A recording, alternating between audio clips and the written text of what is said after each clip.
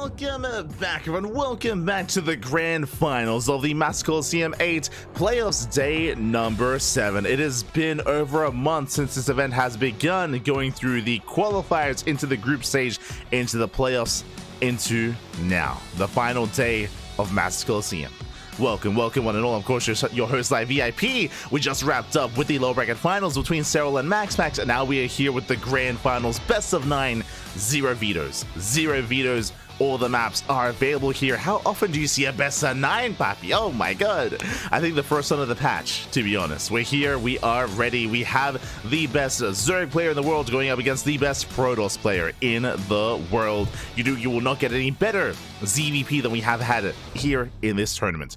herO, herO, Max, and Serral, they've all been facing off against each other throughout the course of this event. And now we're jumping into game 1 of the grand finals. Let's go. And spawning in the bottom right corner of Neo Violet Square, we have herO.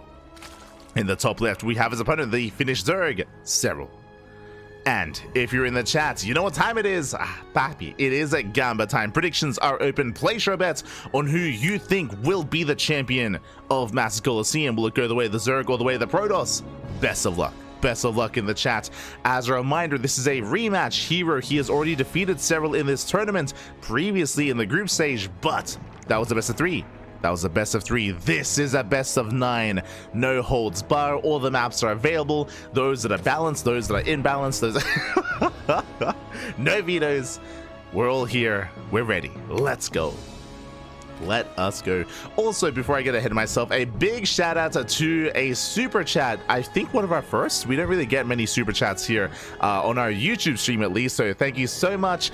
Thanks for the casting. This is a really exciting match. Thank you. Thank you so much for the donation. We do appreciate it. Likewise, we had a couple of subscriptions as well on Twitch. So thank you so much as we jump into the grand finals. Let's go. Let us go.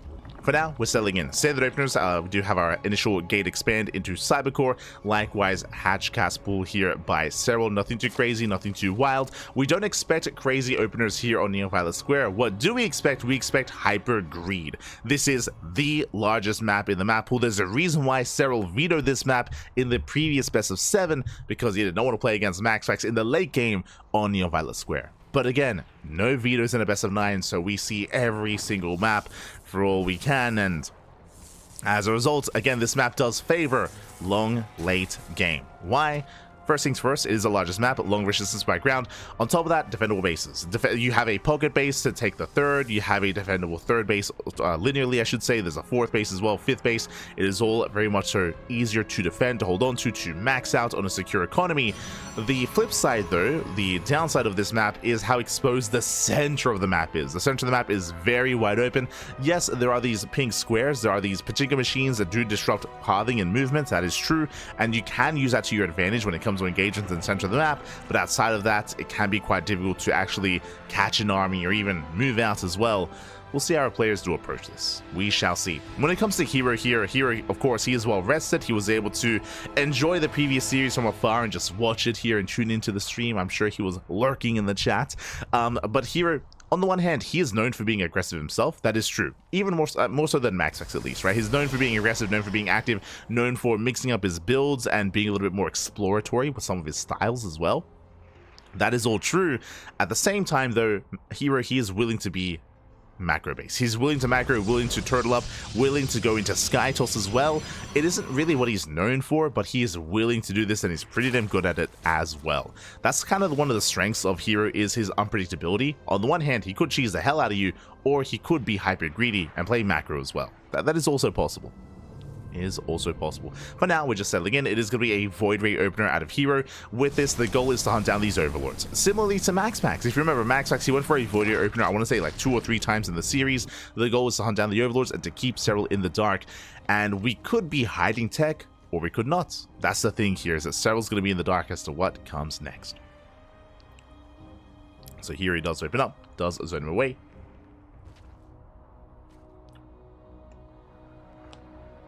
herO wins. I mean, best of luck. Best of luck with those predictions. Best of luck, man. Best of luck. As I believe they have since closed.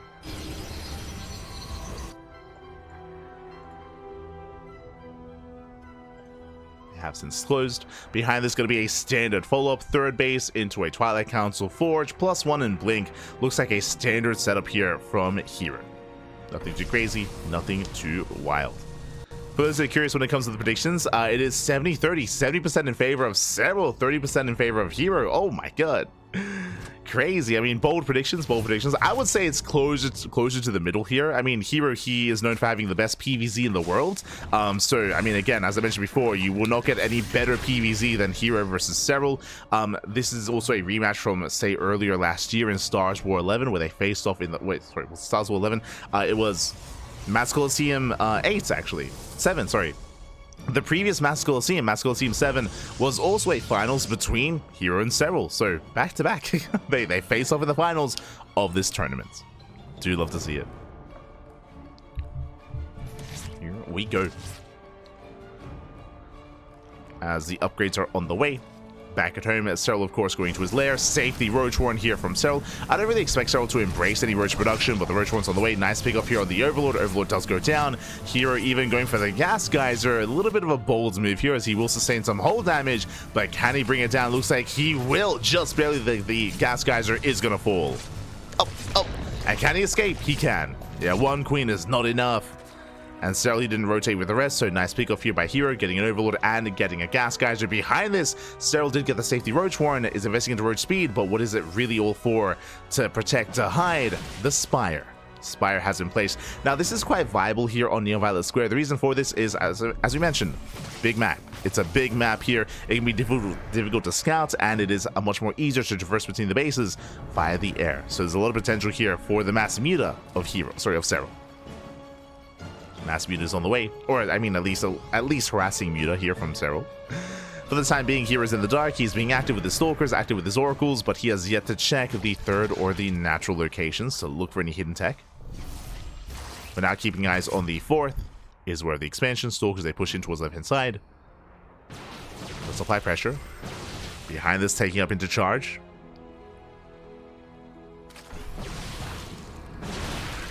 Is taking up, getting a fourth expansion as well. He has yet to take into anything like Storm or Archons, just purely Zelda and Stalker for the time being from herO. As does poke in.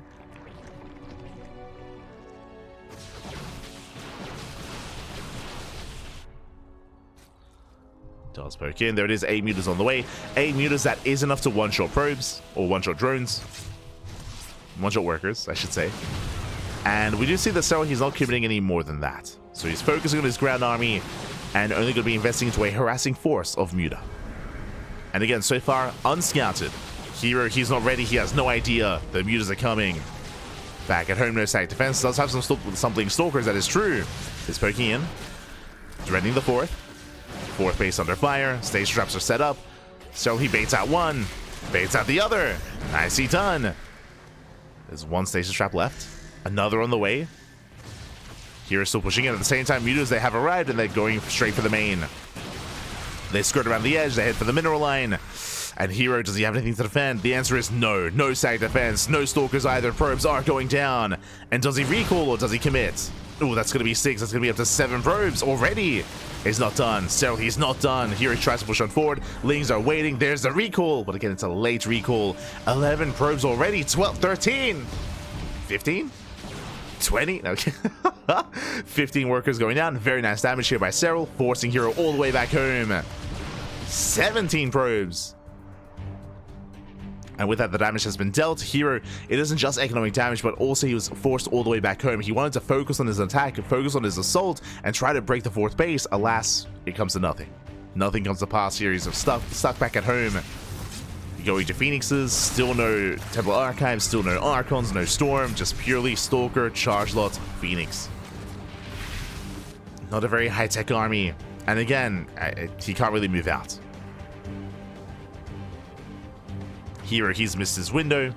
Serral from here can freely drone. He can freely drone up because he's taking as well into +2 melee, into bailing speed, infestation bits on the way. That can be, of course, for Adrenal, for even an Ultra Cavern as well, as I believe there is no Hydrogen yet. So Serral, he can try to rush into Ultras. That is an option. Once the Hive is done. Until then, Serral, he is maxed out, looking very comfortable. Mutas, they still just keep herO pinned back at home. As he tried to move out, and now he's racing back. Ay, ay, ay. This is once again being active, but again, he's moving in towards a maxed out army.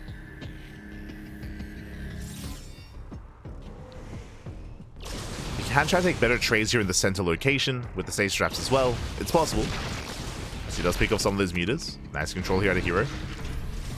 Does move in. And Serral, he does just engage. Gonna be collapsing in. The stage traps, they're okay catching a handful of lings and a handful of banelings, but there's still just so much more behind this. As here he does pull back. Once again, the map here working in his favor. Nice control, nice movement, nice placements. And Serral is being punished. Nicely done. Serral gonna be forced back. Whilst they do connect. But here he trades well. He is trading well. Once again, falling back behind this. Second Stargate's on the way. Fleet Beacon into Sky Toss. Here he needs more time. But he is trading very efficiently. As once again, Serral, he attempts to surround, but the fights are so awkward here in the center. They're just so awkward. He's going for the mineral line. Banelings is trying to rush past. Nice movement here by herO. Does fully wall off with the Stalkers. And Banelings are denied. Only 3 probes going down. Zelsa hit the mineral line. They at least try to. They go for the 4th base. The 5th even. herO catching up more of the Banelings. Again, just very efficient trades from herO. Very nice control. And carrier production has begun. Now, thankfully, Serral already has Aspire, so he has access to Corruptors. But I believe he has yet to invest into the upgrades. But now just getting into +3 melee, into Adrenal as well. No Ultra Cavern yet. Mutas is still being as annoying as possible. Getting 3 probes, getting 4, getting 5. 5 probes going down. Looks like the Phoenix count was reset. More probes going to be falling. Ooh, herO, he's punished for not having any cannons. No cannons, no shield batteries, and the Mutas, they will scout the main. Yeah, massive moment here for Serral. He sees everything he needs to. At the same time, here comes the main army. herO, he's somewhat in position. Stasis going off. He needs more. More stasis traps on the way. Ling Bing rolling in. He wants the mineral line. Does he get in? It looks like he will. There's just not enough Stalkers. Boys are being pulled away. 1 Baneling does connect. But 1 is not enough. A nice stasis. Okay. A very nice stasis trap. A carrier has arrived, and herO, he holds. herO, he will hold on. We'll lose a gas geyser, but the Nexus does survive. But at the same time, the Mutas! Once again, really, in this game, the Mutas have been the MVPs. They've just done so much damage here. Getting another 15 probes. Ay, ay, ay. Well, 30 worker kills in total for 8 Mutas. And that just takes away any kind of hope that herO had to recover in this game. He has been fighting well. I do have to give credit there, of course. Where herO, he's been controlling his army. Whenever the armies do engage, he has been out trading and out controlling, or I say out controlling, just out trading Serral, I would say. But it doesn't matter. Serral, what does he have? He has an economy. He has an economy, he has bases, he has the gold base as well. He can afford to trade. herO cannot. And now Serral, he's going for the kill. Does he have enough? Once again, nice stasis traps. Like, once again, herO, he's going to trade as efficiently as possible. Kite's back. Stage trap's going to be going up. But they come in from behind. And they head for the bases. They slip in. The wall is not a wall. herO, he pulls a herO. Fleet Beacon's exposed. It's going to be surrounded. It's going to go down. Massive snipe. No more carriers. And there's that Ultra Cavern on the way that we did speak about earlier. It's taking towards Ultras. Doesn't need to be honest. I mean, just committing to Ling Bane, Roach, Corruptor should be enough to break the expansion. But Serral backs off. He's giving herO some breathing room. Can herO recover? Unfortunately, it's been a lot of losses here. If Serral, if he gives him too much time, if herO is able to establish a 5th base, then sure. But it's easier said than done. As at this point, herO, he needs Serral to make mistakes. He needs him to slip up, to make mistakes, to overextend, overcommit. Nice stasis. Once again, the stasis traps it. They do well. Catches out the Lings. Banelings, they don't trade amazingly against the Stalkers. You roll in. Paintings are going to be cleaned up. Corruptors into the main base. I think you just go for the Nexus. Go straight for the main. And even though here he's holding onto his 4th, his main base falls. His main base does crumble. And at this point here, he's all in. Completely all in, is moving out across the map.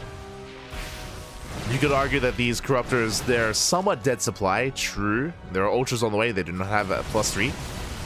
They don't have +3 carry pace. One carrier goes down. Nice catch from herO. Taking off more Corruptors.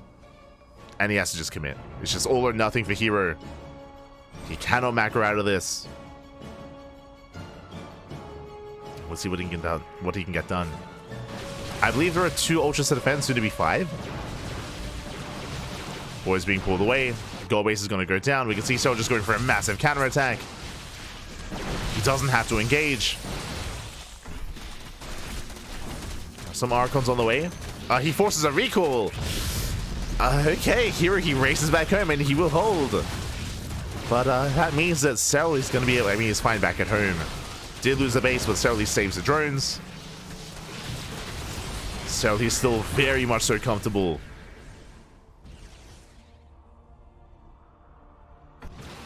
herO moves out.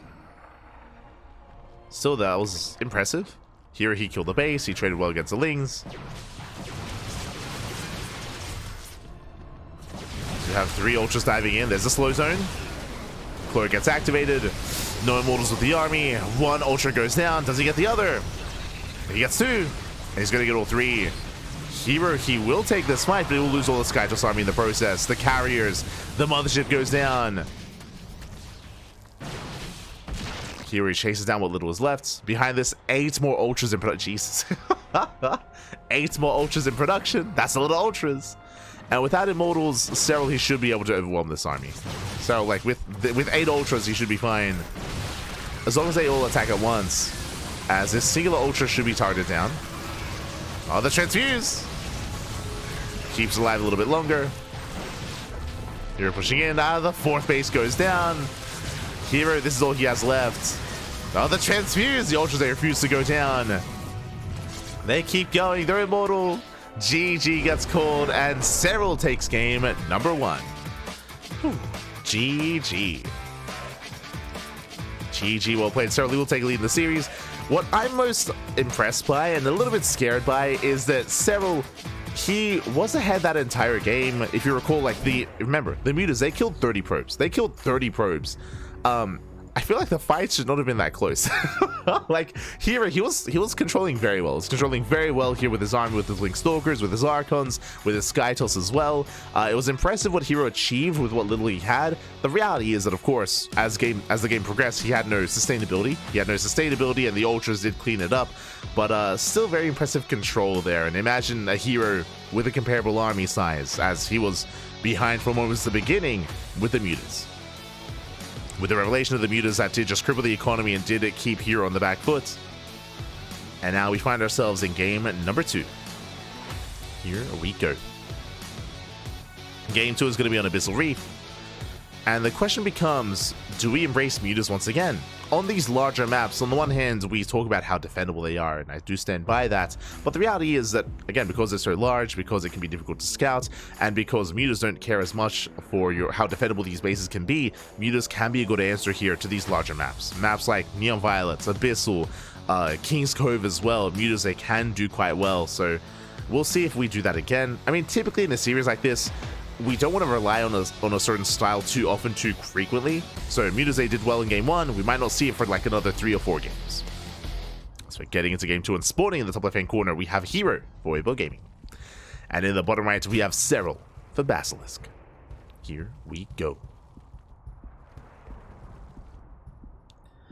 So again, I don't expect Mutas 2 games in a row just because we expect a player like herO to adapt, to be more adept at scouting, at, of course, transitioning, at responding, of course. So we'll see how Serral will adjust here, loading into Abyssal Reef. We shall see. So now herO, he does force the unnatural natural. This graphic always gets me. Just Chaucer and F91. Apparently they're Goku and Vegeta. I guess. Why? I don't know. Oh no. The question becomes, when it comes to the SCBoy production team, like who are the other members of like the Dragon Ball roster, you know? Who's Bulma? Who's Krillin? I'm looking at like the observers, I'm looking at the admins, I'm looking at like Sarutobi or Moku. I'm looking at XY. XY, he's gonna be like Master Roshi, right? He's oh no. I love you, XY, I love you. Those who don't know, he does cast them every now and then. XY and Maxed, for example, they jump in every now and then. XY known for being the, well, at least he was one of the oldest like active pro players. How old is XY? Like we say that, he's like in his 30s, right? Hold on. XY. Like, is he old? He's 30. Oh, he's okay. He's 37. He's almost at 40. Okay. I think he's one of the older active players, and they'd always poke fun at him for it. Well, now that we're settling in, much love for XY. Much love. Big fan.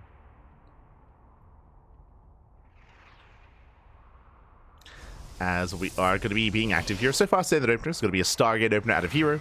Just gate expand into Cybercore into Stargate. Likewise, Serral now getting his own third expansion as well. Nothing too crazy, nothing too wild. Now, Serral, I believe he does delay some of his queen production in favor of this faster third. But outside of that, should be secure. As it does threaten the shade. And Serral, he's able to keep up. Oh, we do commit to the shade, though. Here he slips in, trading with the Lings. He gets 1. He gets 2. He gets 3. Does go down. A back and forth trade. 1 and up for 3 Lings. I would say a better trade for Serral. As herO did overextend. I was just a little bit shocked that he actually shaded into the main. Now, upon losing the Adept, that does mean that the third base of herO is more vulnerable. It means that there's that much less to defend the third base and is vulnerable to a Ling run by. Speaking of Lings, do hit the third, but only 3 Lings. herO should be fine. Ooh, as the pylon is exposed. And can he force a cancel? Not quite. There's that 1 Adept to defend. Oracle moves out, gets across the map. This time it is not a Void Ray opener. As a reminder, last game we had a Void Ray first out of herO. This time Oracle into a second, into a third Oracle, most likely as well. As he wants that egg, he does get it, does force a cancel, not bad. Cancels the Overlord, gets a larva as well. Nice damage here from herO, pulls away. Likewise zoning out to that Overlord. And back at home, the expansion is almost done. We should soon be seeing a Twilight Council and a Forge. Yeah, Twilight Council and a Forge. Because the tech is as quote-unquote laser. Oh my god, never mind! I was about to point out how late the tech is. The shark, get out of here. But we are rushing into Sky Toss. Bold move, herO. Bold move.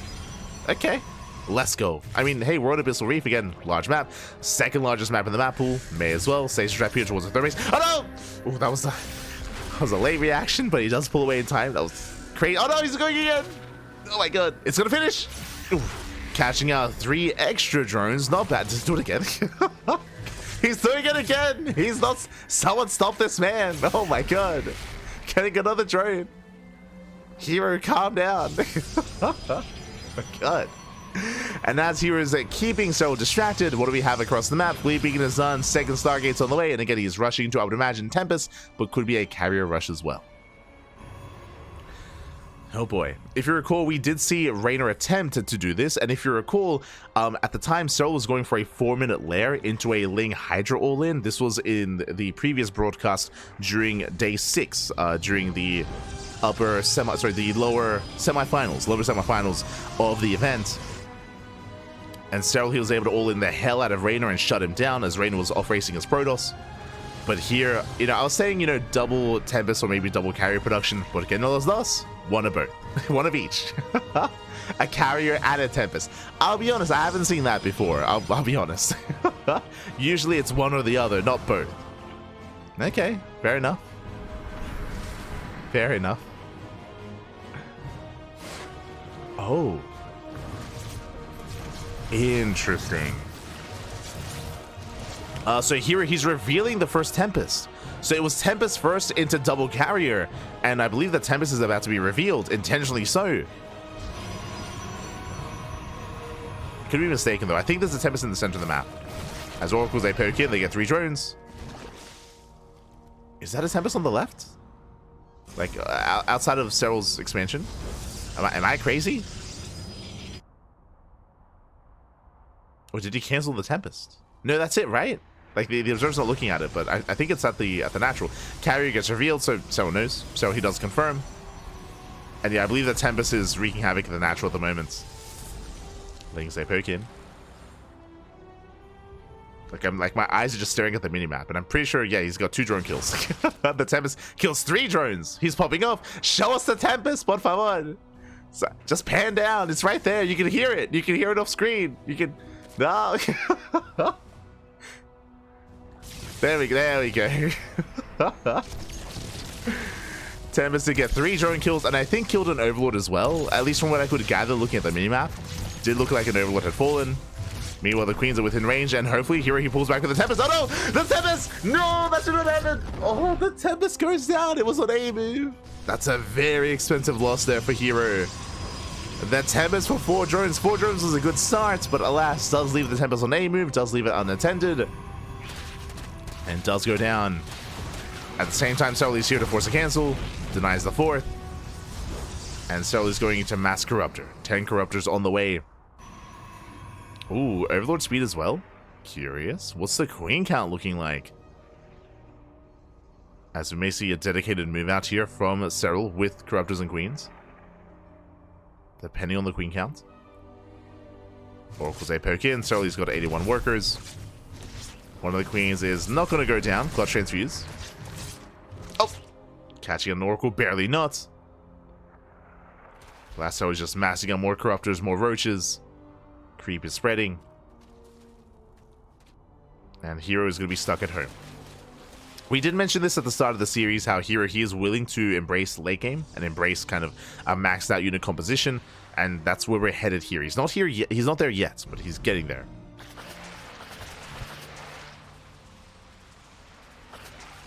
Now, the downside of this carrier rush, as we're kind of seeing here, no blink. There's no blink, there's limited stalkers. The first base goes down, Nexus falls, massive pickup. And again, there's no mobile ground army to keep up with these Corruptors. It's just purely Skytoss, really. There's a handful of gateway units, but really they're just there for show. And Serral, he's maxed out. We did mention earlier that Overlord speed had completed. Overlords are here to spread creep. Queens are pushing in. And it's all or nothing for Serral. He's here to break herO before he snowballs out of control, before he maxes out. Can he pull it off? Void Race on the way. There is 1 shield battery here. There's a lot of pressure on that 1 shield battery. Carriers, they do trade well initially. Picking up Lings. Going for the Queens. Corruptors are a little bit further back. Trading with Interceptors. 1 Void Ray is going to be going down. Oof. That Void Ray does hold the piles though. Oh, they don't quite connect. First carrier does go down. But it looks like herO, he is holding on. A second Void Ray falls, but the carriers, they maintain themselves. They shut down the ground army. The Corruptors, they back up. And herO, he is holding on to that 4th. And behind this, just reinforcing with mass Void Ray. I believe herO does not have Flux Veins, so his army is still very immobile. So he rotates over, going for a +2. He's going to get it. Again, this army is so slow. +2 is going to be denied. Massive pickup. The Voiders are speedy boys. I think they do have Flux Veins. My apologies. Flux Veins, I believe, is resource. Despite that, out of position. +2 does not complete. But herO at least holds on. And he's maintaining his economy.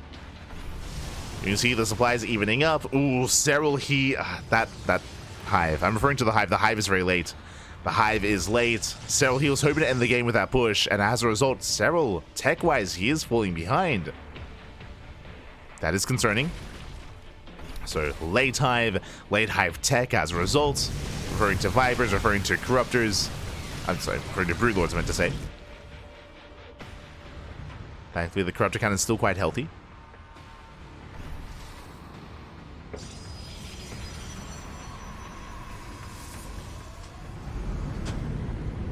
Meanwhile, this Skytoss army, it's turning into a death ball. It's turning into a death ball of an army here. And how do you deal with this? Typically with spellcasters. I'm referring to Vipers and Infestors. Vipers with their abductions and specifically parasitic bombs are ideal against massive Void Ray. Void Rays, what they're vulnerable here to is they're prone to stacking. As you can kind of see here, like they're very prone to stacking up. So power bombs are ideal here against mass Void. This is also usually why when you're playing this kind of late game composition, you do want to avoid Void Rays. Like you would ideally have a ground supportive army with Archons, with Storm.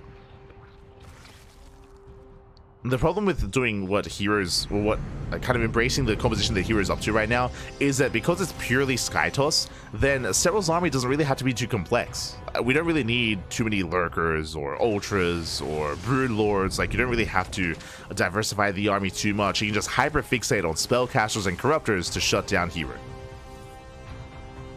Just hyper fixate on anti-air. So I would say that this late game composition from hero is a little bit less than ideal. It's a little bit subpar. Could still work out well, don't get me wrong, but it does make it a little bit more one note with how Serral has to respond. As he's throwing down just a wall of Spore Crawlers. The Queens are here for Transfuse, Corruptors as well.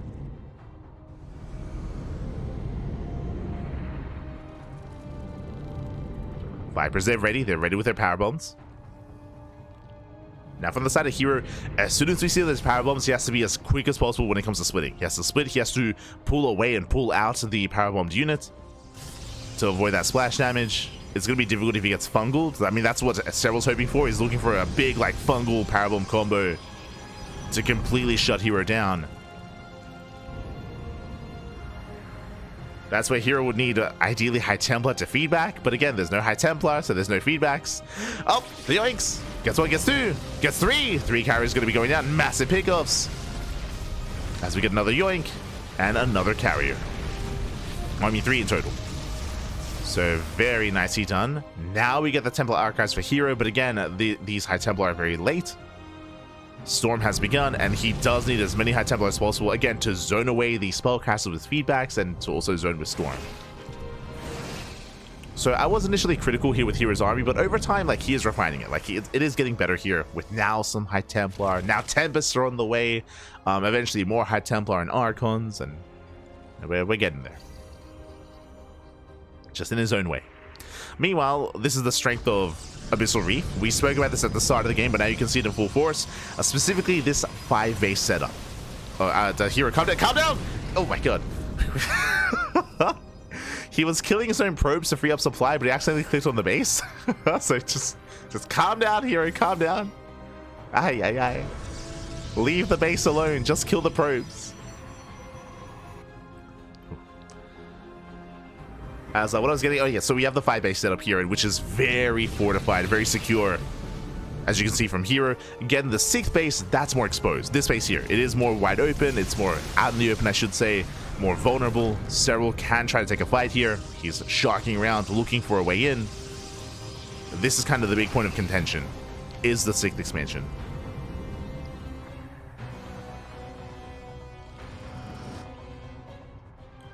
At least on Abyssal Reef.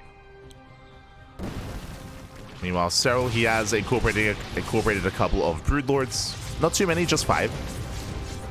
Meanwhile, here he just throws away his sentries. Doesn't need them. I'm still not convinced by Hero keeping these Void Rays. I do feel like they're hurting him a little bit more than helping him. But, yeah, I don't know. I've seen many a game where I just see these Void Rays just evaporate real quick. Like, with a couple of well-placed power bombs, it can look ugly. Until then, though. Oh, nice feedback. Nice feedback on one of the Vipers. And again, this is what he was hoping for. Trying to catch out the Vipers ahead of time. And true, if he can catch out those Vipers, then the power bombs are going to be non-existent. Oh, the piles! Oh my god, very nice catch. The fungal into the piles. Void Rays get shut down. And And more Void Rays getting thrown away. herO being very assertive here. He's pushing in. Does catch 2, 3, 4. Oh, gets every single Infestor. Every Infestor goes down. Very nice pickles here by herO, making off with the otherwise lost Void Rays. He killed what, 5? Yeah, he killed 5 Infestors there. For almost nothing. For the Void Rays earlier, I should say. So you're poking him once again. Poking him with a Tempest. So going for the Microbial Shroud. Let's go.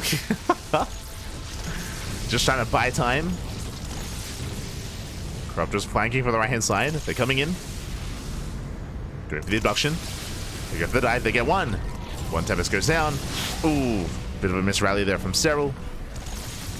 Thankfully, only 1 Infestor this time. Flashback to Serral versus Max Packs on King's Cove. Not again, Pappy. Not again. Not on King's Cove. As he does land 1 good fungal, cashes out the Observer. Observer goes down.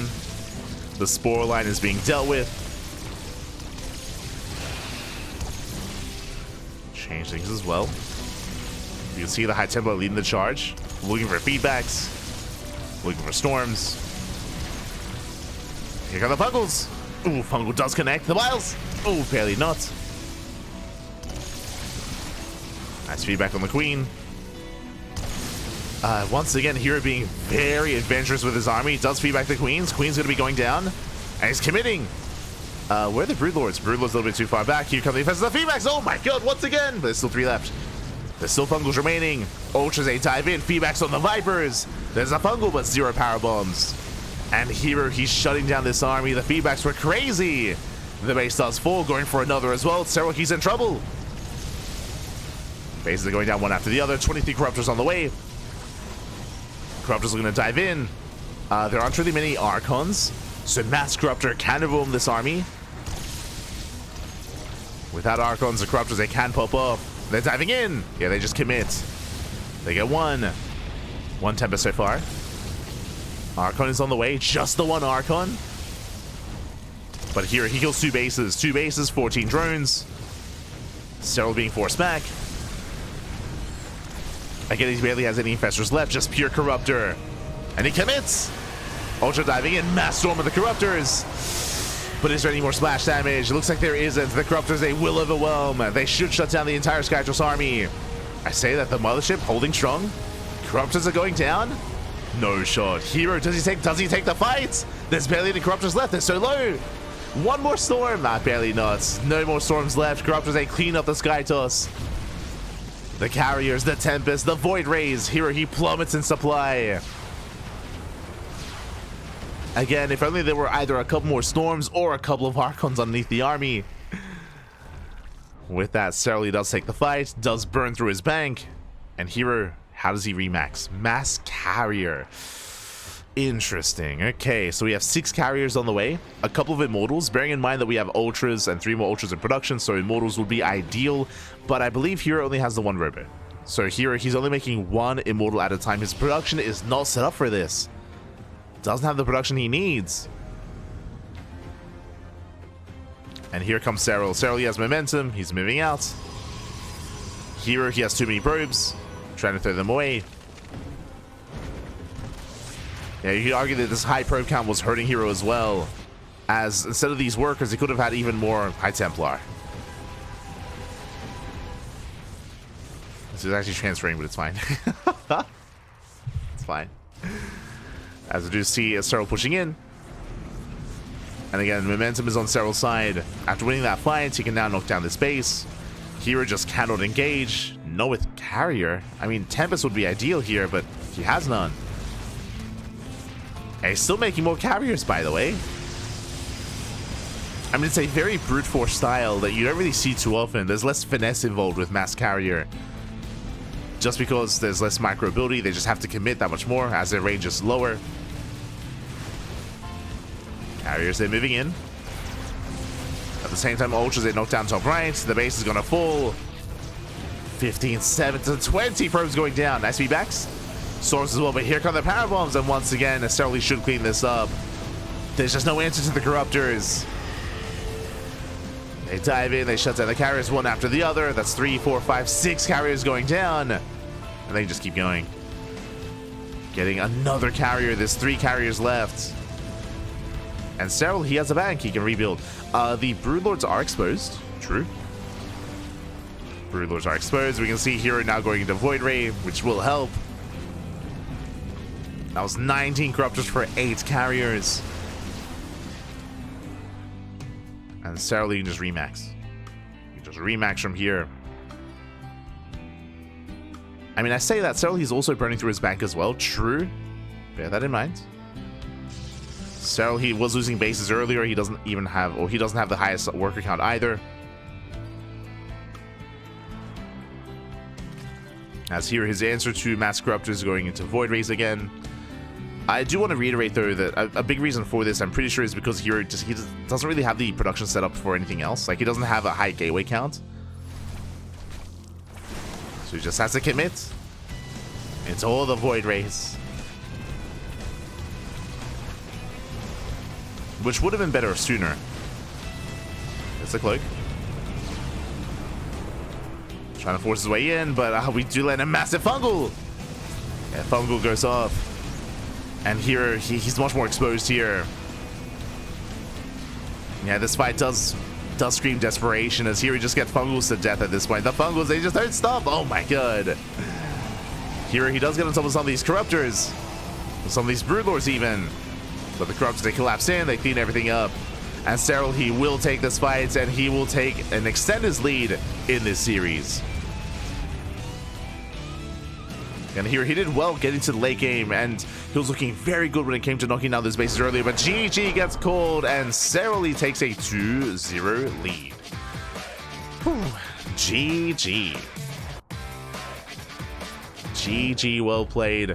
I do feel like a lot of that game came down to the initial lost fight for herO. If you recall, herO, he was able to max out and he was killing bases. If you recall, everything swung in herO's favor when he feedback, what was it, like 6 infestors? He had killed like 6 infestors. He had snowball out of control, pushed in, killed 2 bases, got 2 mineral lines. But after that, he ran out of steam, and Serral, if you remember, he remaxed with 26 corruptors that were in production alongside the corruptors he already had. He just went mass corruptor, and he was able to shut down the initial army. And after the first army of herO fell, he never really recovered. He never really recovered from there. It was just stumbled his way, you know, into a longer game state and never quite built up to that point once again. GG. GG, well played. Whew. Serral takes a 2-0 lead here in the best of 9. Takes a 2-0 lead. I do want to give praise here to herO, and again, he played well up until a certain point. It did seem like he did either overextend or unfortunately just wasn't really prepared for the Mass Corruptor reinforcements from Serral, which caught him a bit off guard, and with that, his army did crumble. With that, we're getting into Game 3. It's going to be on Frostline. Oh boy. Okay, so we spoke about Frostline in the previous series. If you recall, I believe it was vetoed in a Serral versus Max. Frostline does favor aggressive builds, unlike on Abyssal, where we saw a more secure base setup, less so here on Frostline. And in the bottom left-hand corner, we have herO for Weibo Gaming. In the top right, we have Serral for Basilisk. Now, Frostline is a large map, true. It is a large map in the map pool. There's a lot of bases to take and a lot of wide open spaces, and that's the problem with with Frostline. It's a little more open. It's a little more open. The 3rd and 4th base are very isolated from each other. They're very isolated. There's multiple angles of attack into the 3rd, into the 4th as well, especially with that center location, that center attack path. So it can be quite difficult getting into a late game situation on Frostline. I say difficult, it's very rare. Very rare that we get into like a maxed out split map kind of setup here. It's very much so a rarity. And the game often does end sooner than that, just because those bases are so exposed and so vulnerable, aggression is favored here on Frostline. Despite the fact that it's a large map, the base is just so difficult to defend. So we'll see who's going to be the aggressor here. Is it going to go the way of herO or Serral?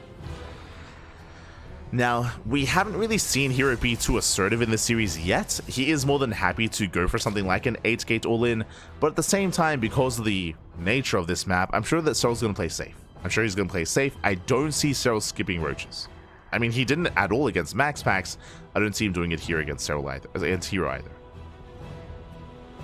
Like, very often in ZvP, to be more efficient, more often than not, we see Zerg players cutting corners. They cut corners, they skip their Roach Warrens, they skip their Baneling Nests, they rush into Hydras. This is a very common thing, but we have not seen that at all in several series against max packs and in series here against herO as well. Just really safe play out of Serral, typically. So we should be expecting that here as well.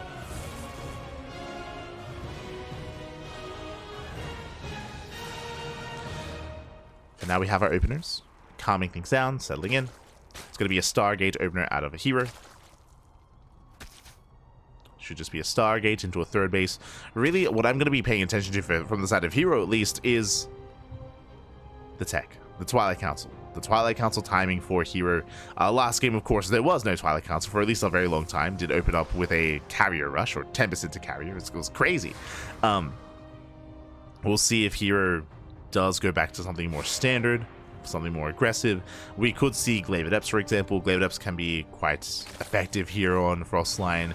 3-gate, 8-gate, 3-base, 8-gate all-in, likewise as well. But again, I don't expect Serral to cut corners, so it's going to be difficult to catch him with an all-in. We'll see though.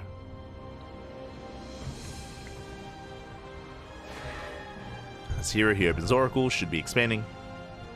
Likewise, threatening with a Shade, keeping an eye on Serral. Just poking in.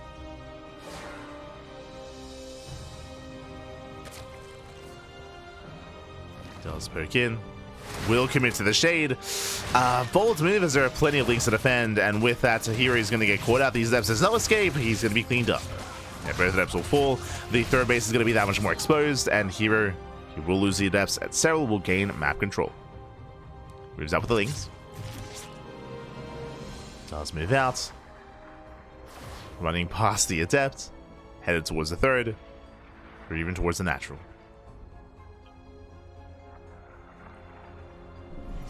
As herO takes the northern third base. Does expand vertically.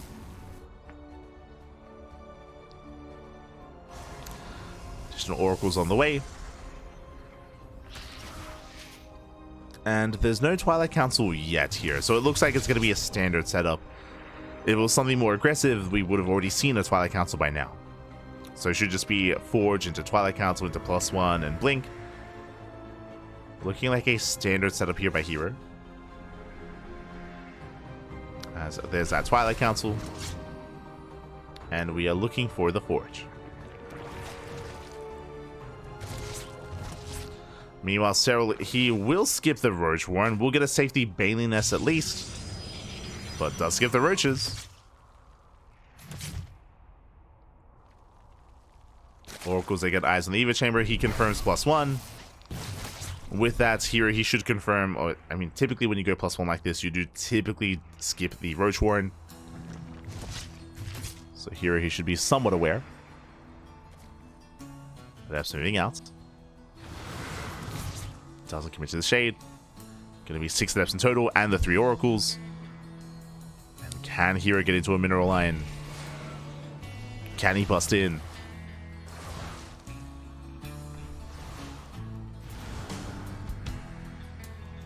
Does at least force a cancel, not bad. Cancels the expansion. Threatens to dive into the natural. That's a lot of lings, but that's what the Oracles are for.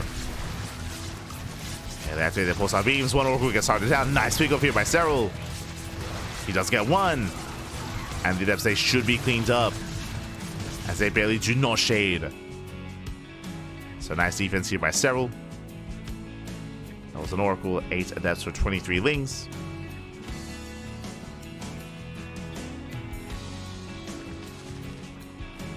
At the same time, just recovering, droning up, layers on the way. Remember, no Roach Warren, so it just looks like lings into Hydras.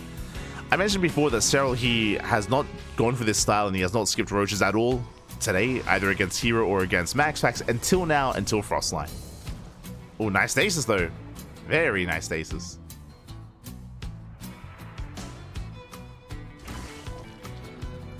Stasis catching out, what, a third of the mineral line and a queen.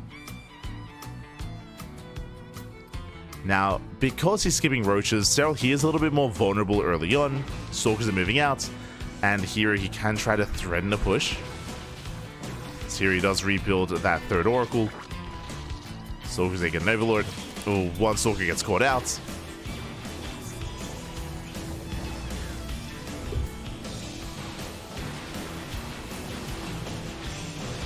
God, Siri just terrified me. There you go, 4 picks through that. Goes down, nice kill. Nice pick off here from herO. Gets the 4th base. And pulls away. And again, a big reason why he could do this is because Serral, he's only relying on Lings. Only Lings and Queens. Until the Hydras are now popping out. And now Serral has a more secure army. I think when I said Serral, my phone thought I was talking to it. I think. God damn it. Every time. You're not him, phone. You're not him. Ah. So herO does push in.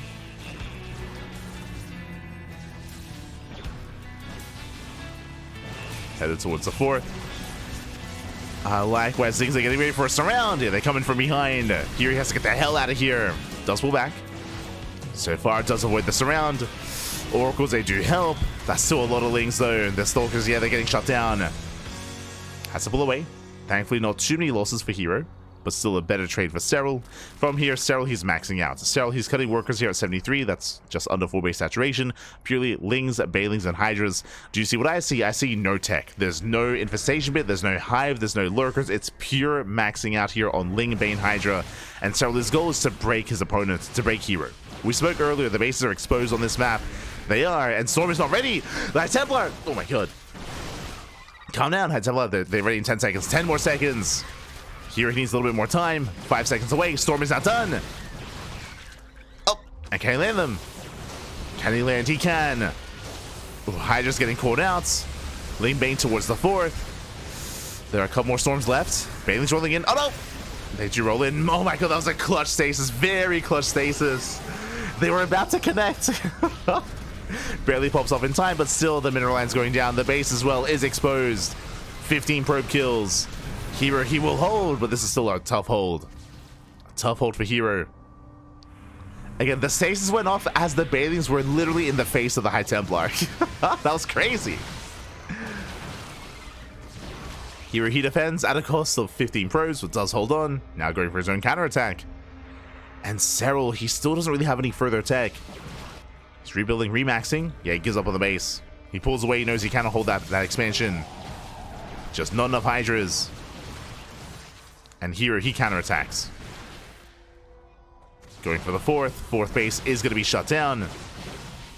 Thankfully, Serral did evacuate. Did evacuate in time, going for another Ling counterattack. Does barely miss the High Templar. And herO pulls back. Does pull back home, forced to recall. High Templar still very exposed. Oh, he wants them. He wants them, and he gets one. He gets one High Templar, going for the other as well. Barely does not get it. Still nice catching for Serral. And again, Serral, he's still stuck with this Lair Tech army. And here he can take this fight. He can take this. Storms, they're going to be good against all things light here. Against Lings, Banes, and Hydras. Serral has to pull away. Meanwhile, Banelings to roll in. They head towards the mineral line. herO does pull away in time. Serral goes for another run by. And Nami's going to be clashing. A decent storm. Oh no! High Templar exposed. Massive storm on the Hydras. But the High Templar go down. Back at home, we do have a defensive warp in. And with that here, he should be able to defend. No more storms left, just Archons. They do tank a lot of shots. They tank a lot of Ling Bane. Last hero is being forced back.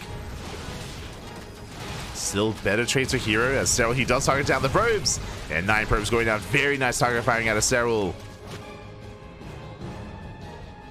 Getting the most he can out of those lings. herO, can he commit in?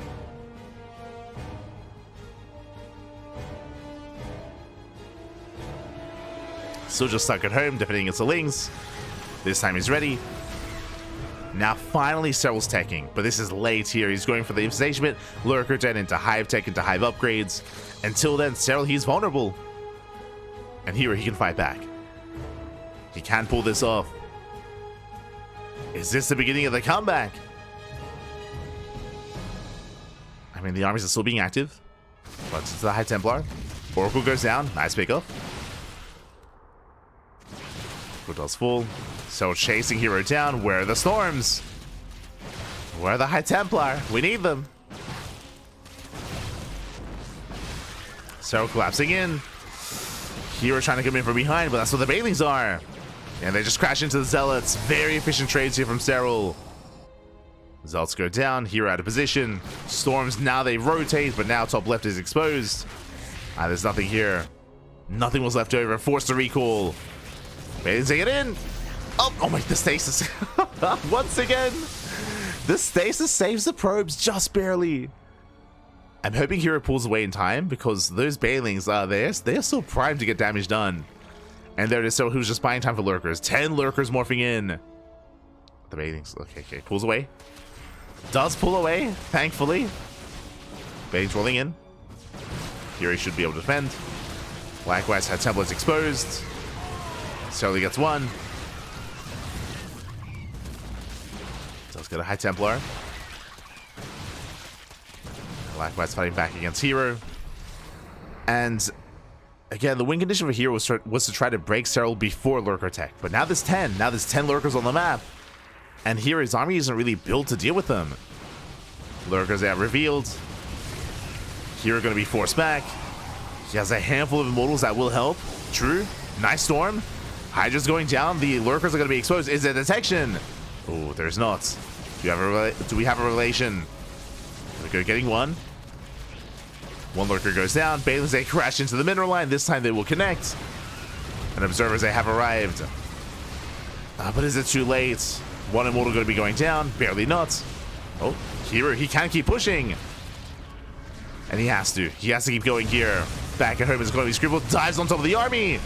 He dives on in. Takes down the Lurkers. Just barely. It's a rough fight. Oh, guys, not. Oh, God, no. Doesn't work out. Does not work out. herO losing everything. It was a bold move. Diving on the Lurkers. But alas, everything goes down. The Stalkers, they crumble.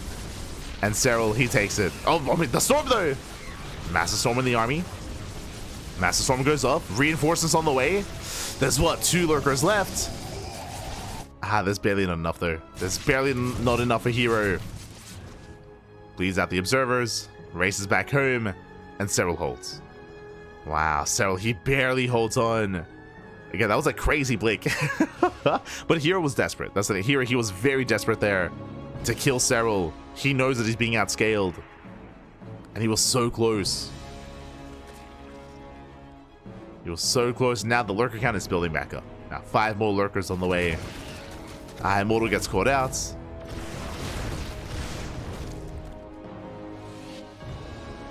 Serral, he has a better economy. He has a higher drone count. He can rebuild. He can remax. And it does feel like the longer this goes on, the better it is for Serral. Here, he had an opportunity. He had a window. Barely didn't break through. Storm's going up. Zoning Serral away. The Lings, they trade well anyway. And the Lunkers, they're here. They've arrived. There's a lot of Storms, though. Storms supporting off on the Hydras. But there's just not enough hero support on the ground. Hero just doesn't have the supply for this.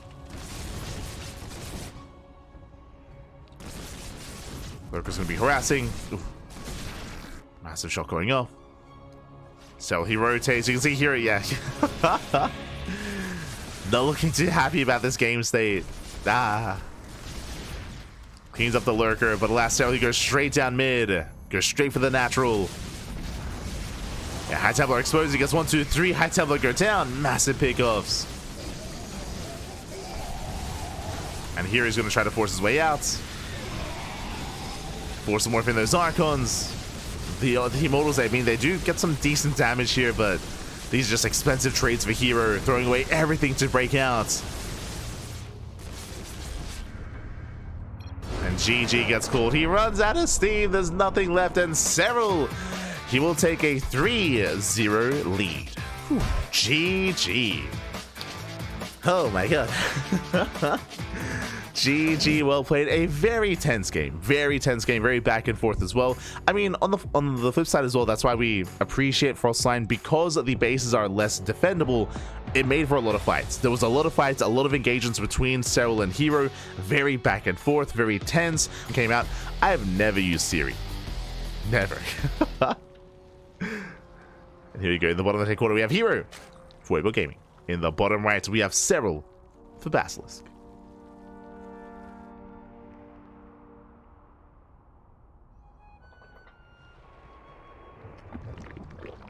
I don't know, I've never felt the need to.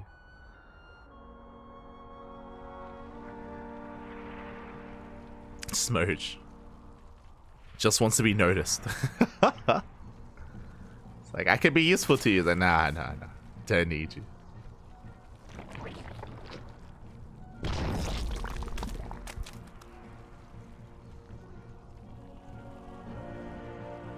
Here we go. So from here we are going to be settling in.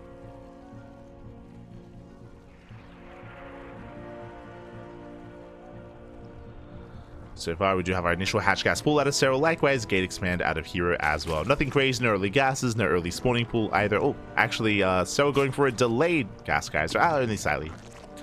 So nothing too crazy here. And also welcome one and all to El Dorado. Once again, one of the most vetoed maps in the map pool. El Dorado can lead to some very interesting kind of base layouts and kind of game states as well. For those of you that recall, for those of you that were here for Serral versus MaxFax, you'll know that Serral, he went and he embraced Swarm Host on El Dorado. That is very much so viable. The reason for this, depending on how the Protoss player expands and depending on where they go, if they do leave a certain area of the map unattended, like this southern half of the map, for example, if they don't mine through, if they don't expand, then it is a prime location for Swarm Hosts to unload their locusts and to head into bases. Likewise, in a similar way, in a similar kind of style, if the Zerg player also doesn't expand towards their opponent, then the Protoss could try to rush into Skytoss, rush into Tempest, for example, to take advantage of that location of that area and try to lay siege upon the bases from a more kind of safer zone on the map. Likewise, short rush distance by air means that Spire and Mutaplay can hit a little bit faster. Short rush distance by ground means, you know, ground-based all-ins can also be a factor if they expand towards each other. On top of all that, we have the goal bases, of course. There's 3 goal bases on the map.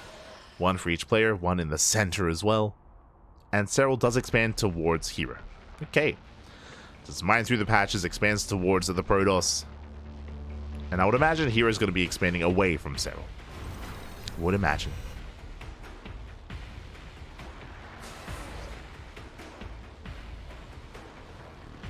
Best of 32.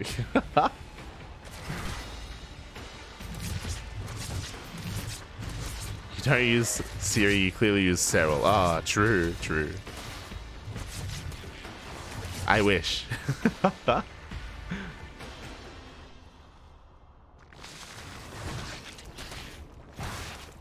As I've said, do shaded. Taking out 2 Lings. Not a bad trade here from herO. Shading into the main. Once again, trading with Lings, but shouldn't get any economic damage here. As the first adept gets surrounded, and the second is soon to be the same. As Serral, he will shut this down, takes down both adepts. Third adept has arrived, but a little bit too late to support. Does go for the mineral line, but should not get a drone.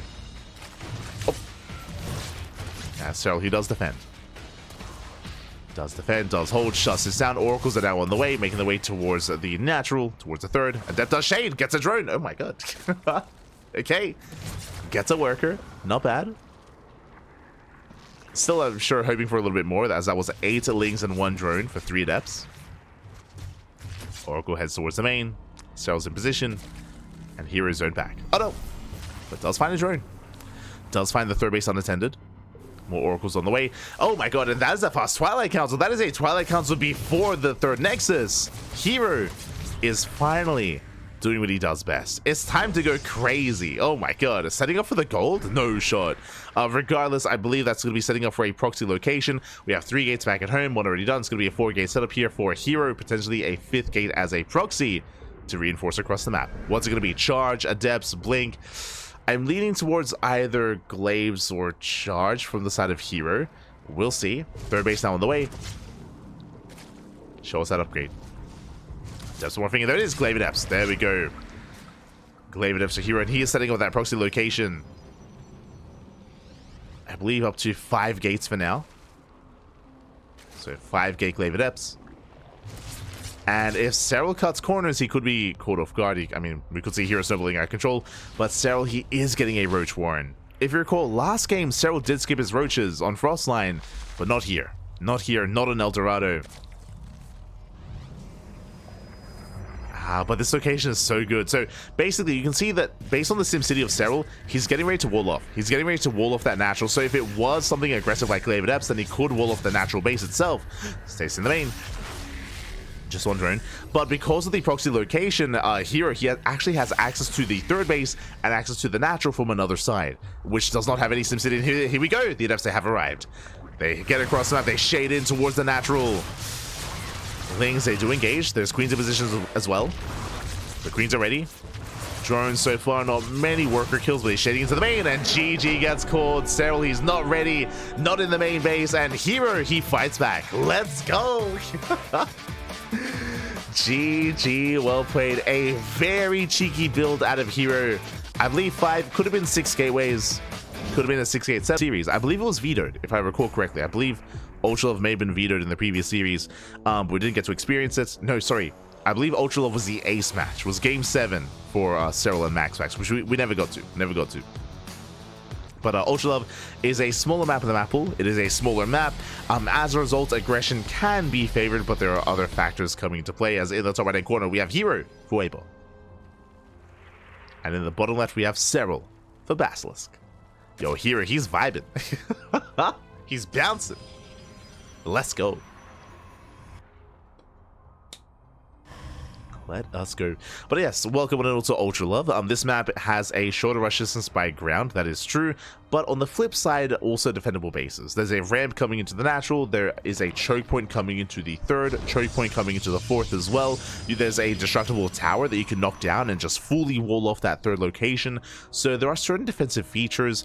But because of the short rush distance by ground, we have seen a lot of Zerg players go for all-ins and go for German taxis. I don't know if Serral is one to really go all-in. He's been mainly playing safe. If you remember Serral's series against MaxPax, there were some games where Serral did commit. I'm thinking of Whispers of Gold, for example. Whispers of Gold is the game where Serral, he went for an all-in and it fell on its face. So maybe not as wise to commit to aggression here, which means we could see a longer game. Could see a longer setup here. We'll see. My eyes are going to be on Serral to see if he does spice things up. I mean, he's far enough ahead in this series where he can afford to play aggressively, even if he isn't or even if it is a risky play. He can take a risk. Clearly, hero's willing to. Clearly. The smiling assassin. Exactly, exactly. Let's go.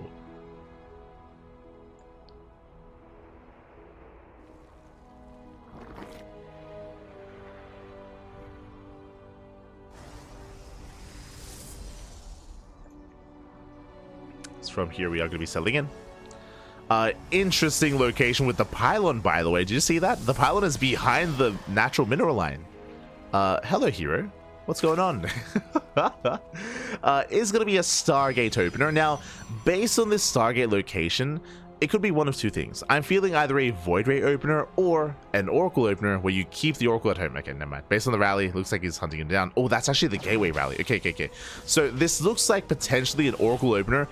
Creator does this, where he goes for an Oracle, he banks it up back at home, gets a second Oracle, and makes it look like it's not a Stargate opener, and then the Zerg player skips and delays their spores, and then they get caught off guard. That may be the option here for herO. I'm making that assumption just because the Stargate is so far back. Otherwise, it could just be a Void Ray. We'll see. We shall see. As it is going to be the initial Oracle here from herO. And I think we're looking at the rally there. So I think the Oracle is just rallied across the map. I think it's just standard play. Based on the yeah. So it did hide his Stargate, but so far looking like a standard build. Just Oracle into, I would imagine, a third base, into a second Oracle as well.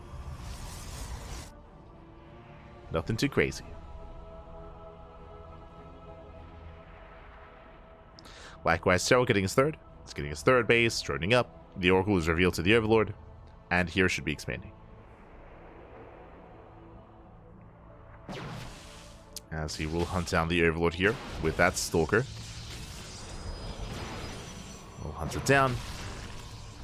Supply blocking Serral, at least for a moment. Actually, quite a hefty supply block, not gonna lie. So Serral, he's gonna be trapped. Another Overlord is under fire. This time herO did, of course, not open up with additional depths.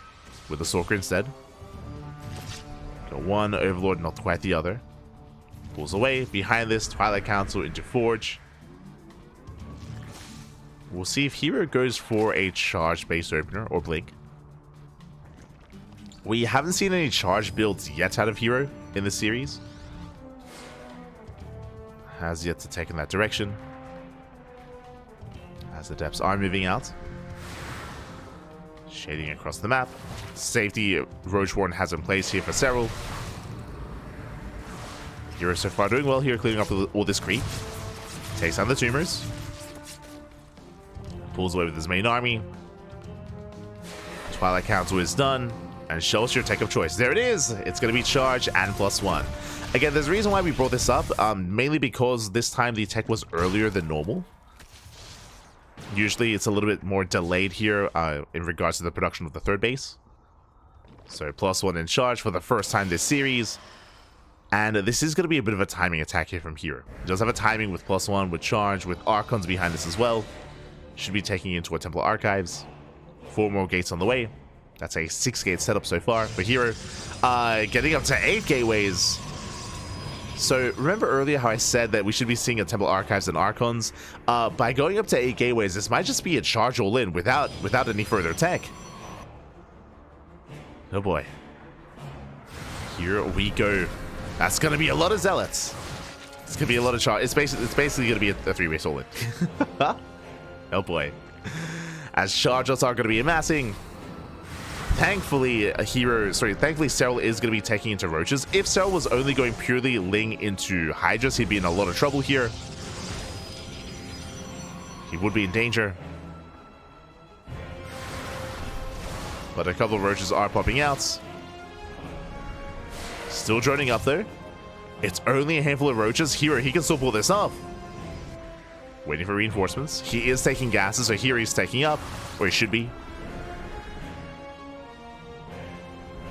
There we go. Double Robo as a follow-up. Okay, so mass charge lot into double Immortal production to deal with those Roaches. And here we go. The army has arrived. Zelsay dive in. They're going to surround here on the Roaches.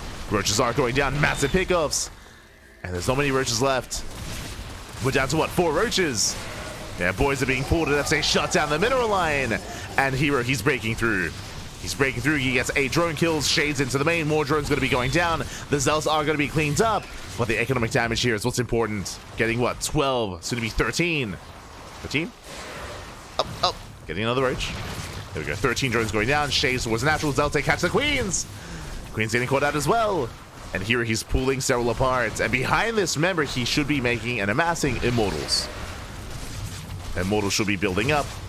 Zelta pull away. 19 drone kills. Oh, this is getting out of hand. This is becoming game-ending damage. Getting up to 19. Ooh, a little bit of miscontrol there, targeting down the Queen. But geez, look at the Zealots. There's just so many of them. Oh my god. They hit them. They hit the ramp. Got transfuse. Keeps the Queen alive. Zelsa pull away. They're hoping to fight out in the open. Zelsa peel off towards a third. Towards the fourth as well. Roach is getting caught out. Catching even more drones. And again, here he just has to buy time for his Immortal production. He's just trying to buy time. Ooh, throwing away some Zelso. Has to be careful. If he bleeds out too much, he will trigger a counterattack. As Zelso just run past the Roach. They just don't even care. Queen goes down, 4 more drones. The Zelso just rush into the main. Oh, and Serral's just being pulled apart. More drones falling. And now let's see, no, he goes like too soon. No, the third base is exposed. And the question becomes, how many immortals? How many immortals are back at home as they just keep wreaking havoc in the third, the natural, the fourth? They just keep going. They don't stop. They never stop. Oh, God. The mass charge, lads. And I believe we should have at least 2 immortals. 4, Jesus. 4 immortals, and now double Colossus production. Blink is almost done. +1, of course, has completed. And here, he is perfectly safe back at home. And this is the kind of game state where herO thrives. Just catches you with your pants down. And is just in control for all this. He thrives in the chaos path. This is herO. Serral is trying to re-drone. Serral, he's down in the economy, down in workers. I mean, drones are still going down, by the way. Over at the 4th base, that's going to be 7 drone kills. 8 drones even.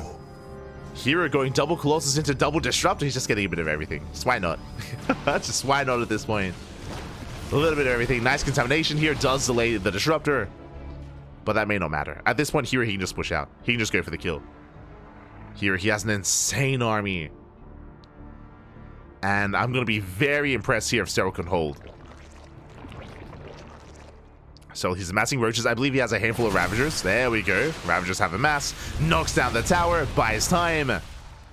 Against Serral, he just has to buy as much time as possible for more roaches. Burrow on the way. Tunneling claws as well. First Disruptor has arrived. Roaches, they get across the map, but there's Zealous to defend. Here he shuts down the harass. Moves in. While they do graze the army. Ravagers from behind. It collapses on the forces here, going for the Colossus. Nova goes up. Ooh, big connection. Yeah, they do connect. GG gets called as herO does overwhelm, and herO, he fights back once again, taking another game. Ooh, GG. GG, well played. We have a series. Let's go. As here, he does slurp down that mango slushy. Let's go. Let's go. So we do have a series. herO once again catching Serral off guard. We saw an El Dorado, herO popping up with Glaive Adepts, herO on Ultra Love, herO popping up with basically a 3-base all-in. It was a 3-base, 8-gate, +1 charge all-in out of herO, and he did just pull Serral apart, catching with his pants down. Serral, he was droning. He did make 5 safety roaches, but only 5. He did not see the move out, so that's why Serral was underprepared, as he was not aware of the army coming his way. He was droning. He was droning, and as a result, things just snowballed out of control, just being pulled left and right, and with that, GG. GG, well played. The follow-up, of course, is more of a formality. You know, herO going into Immortals, into Colossus, into... He had gone for a Doom Drop. Here we go. Spawning in the top left-hand corner of Whispers of Gold, we have the Green Protoss, herO. And in the bottom right-hand corner, we have the Finnish Zerg player, Serral. Here we go. As again, both players did ask for a moment. They did ask for a break. Did need a moment to kind of take a breath, clear their heads, and get back into this series. Here we go. As Serral does go for the 15 hatch, just in time. Does place a hatchery.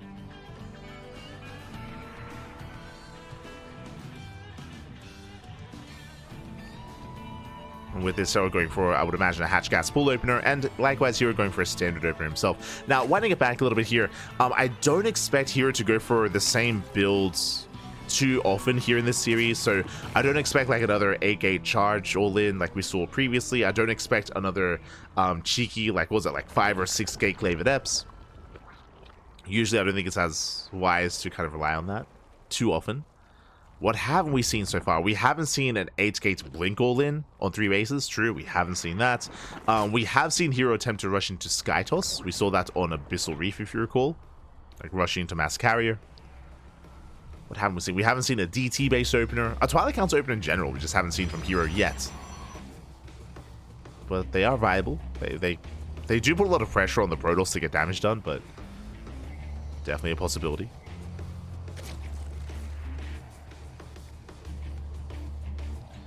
We haven't seen any Archon drop play, for example, either.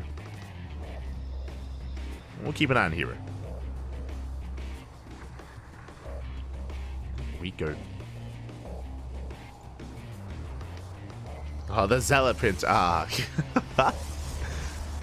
Sometimes you don't need to complicate things. You know, we don't need to go to late game and go into, like, you know, Sky Toss, Carrier, Tempest, Void Ray, High Templar, Archon, Immortal. No. Just make Zealot. that's all you need. That's all you need. Just make Zealot. As herO is going for the Stargate. Stargate opener back at home. herO pulling away.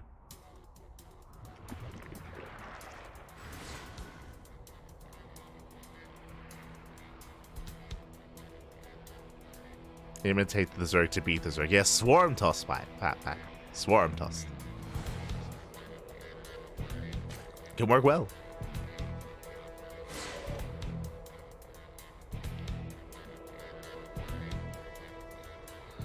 So now we do open up with the initial Oracle. Second Oracle's on the way. So just Oracle opener into a third base. Everything looking normal from the side of herO so far.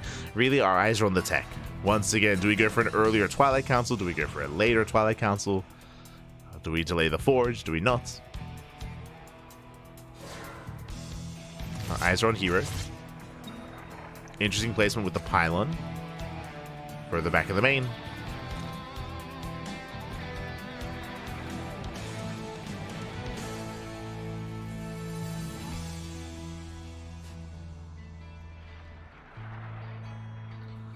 What's herO's win rate with Mass Carrier?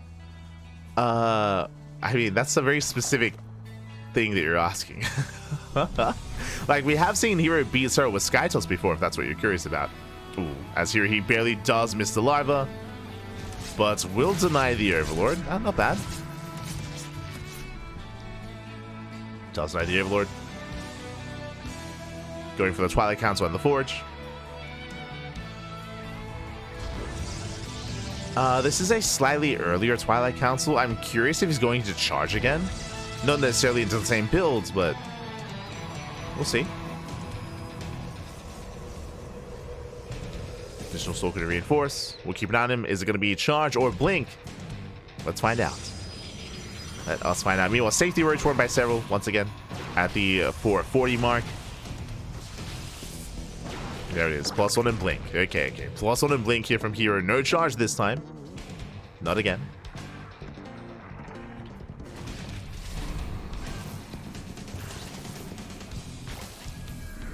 As I get the way to characters. Yeah, for sure.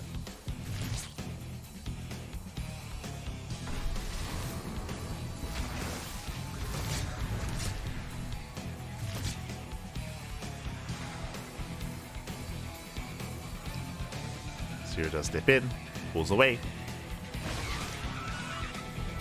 And likewise, Serral, he's going to be going for the earlier Eva Chamber. Eva Chamber into +1 melee. This should just be into a more longer game state here. Getting in towards Lair Tech, getting in towards Hydras as well. We could see something crazy and see Serral rush into a Spire. True, that's possible. I hope not on this map. I feel like it's very risky on Whispers of Gold. As herO moves out. Does move out ahead of time. Now, this is a risky maneuver by herO, bearing in mind that Blink is not done, but he has 2 Oracles to support his army. So he's knocking down Tumors, hunting down Overlords. Nice pickoffs here by herO. And he's relatively safe to do this. As long as he doesn't push too far into creep. So far, so good.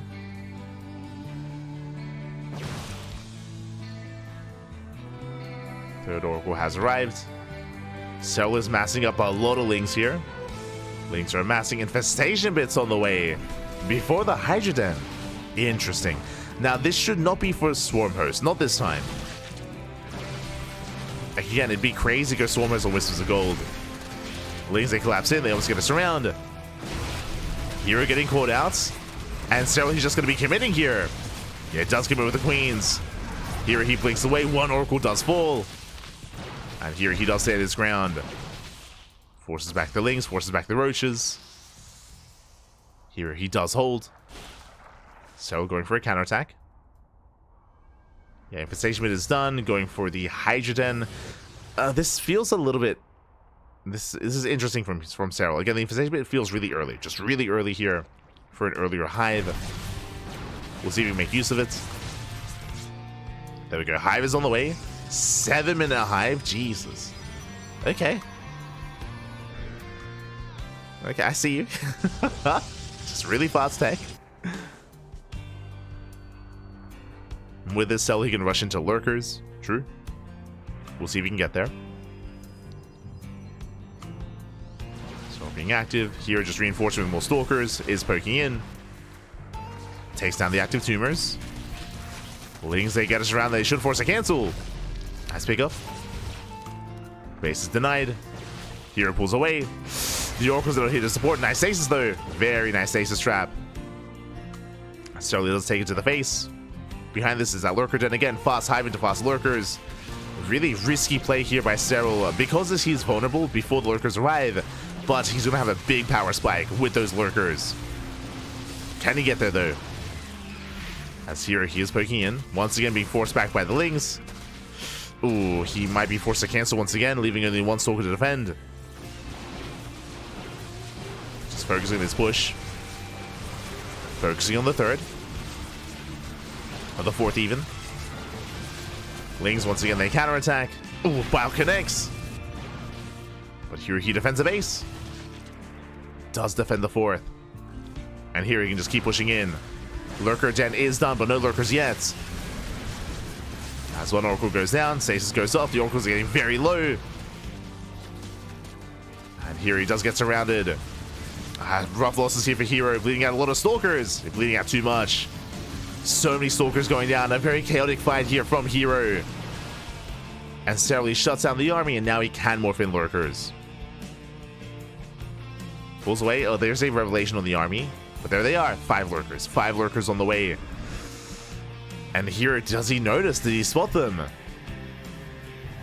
Alas, he's just not ready. Doesn't have immortals, doesn't have archons. Just purely blink stalker. And he needs to get more damage. As lurkers, they have arrived. And here he just can't push in. And now he throws down a robo. A very late reactive robo here from herO. Starts up the robo into observers and immortals. Until then, Serral, he's perfectly fine. This was Serral's win condition. Just survive until lurker attack. And he did it. He has done it. Here he's been stopped in his tracks, going for a second robot, now into a Templar Archives. Again, this tech is just so late for herO. He's even going to be forced to recall. Recalls back home, links into the main. herO racing back. Serral, he's gained map control. Moving out towards the fourth. Does take a massive stasis. Oh my god, the stasis traps. Stasis traps, they do pop up. Now start pushing in towards the fourth. And there's just nothing here. There's barely an army here. herO trying to keep up. Ling Hydra getting to the mineral line. Lurkers are a little bit far back, but they're pushing in. So they are moving in. Still trading well. Their boys are being pulled away. 10 probes going down already. And he's just been outscaled. He's just been outscaled. Again, as you mentioned, Serral took a chance rushing into lurkers this game. Remember, it was a 7-minute hive, which was crazy. And now the lurkers are here. And there's just no answer. There just is no answer. herO is being bullied back. Diving the army. Oh no! He blinks in. Blinks into the lurkers. He loses everything. GG gets called. And Serral, he will maintain his lead. Taking another game. Getting up 4-2. GG. Whew. GG, well played. Serral, he does extend his lead here. And now Serral is on match point. He's on match point. One more game. One more. That leads us into Game 7. Let's go. In the top right-hand corner of Leylines, we have herO for Weibo Gaming. In the bottom left, we have someone we have as Serral for Basilisk. He's an animal. Ah, true. An animal. I mean, I'm hoping for a longer series here. As always, I'm greedy if I've been greedy. I'd love to see a game 8, potentially even a game 9. The dream.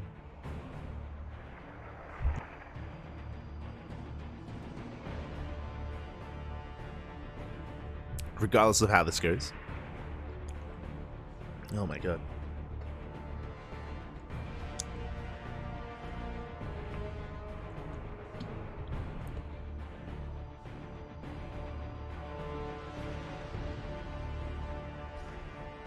I'm okay. Sorry, just my throat getting a little bit sore.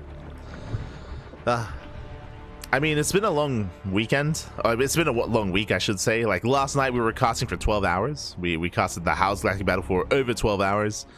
And today it's been 7 hours. Jeez. It's been a 7-hour cast. We're okay. I've got my tea. We're good.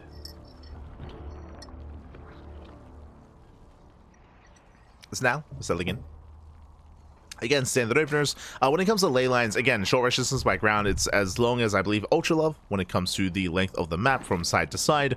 Likewise, the bases are a little bit more exposed, a little bit more vulnerable compared to Ultra Love. There are ramps coming into them, that is true. There's a ramp coming into the third. There are ramps coming into the fourth as well, so you do have that point of elevation to defend. But despite that, the ramps are still a little bit wider than on some of these other more defendable maps like King's Cove or Abyssal Reef. So the ramps are a little bit more open, and likewise, because of the rush distance by ground, we could still be very assertive here on ley lines. We'll see. It's kind of like a middle of the road map, actually, like dead set in the middle. Not as extreme as Whispers of Gold or Frostline, not as large as your Abyssals or your Neo-Violet Square. We're settling in. I'm gonna be settling in here. Once again, a Stargate opener out of herO. Been a while since we've seen him open up Void Ray. Curious how he does approach this.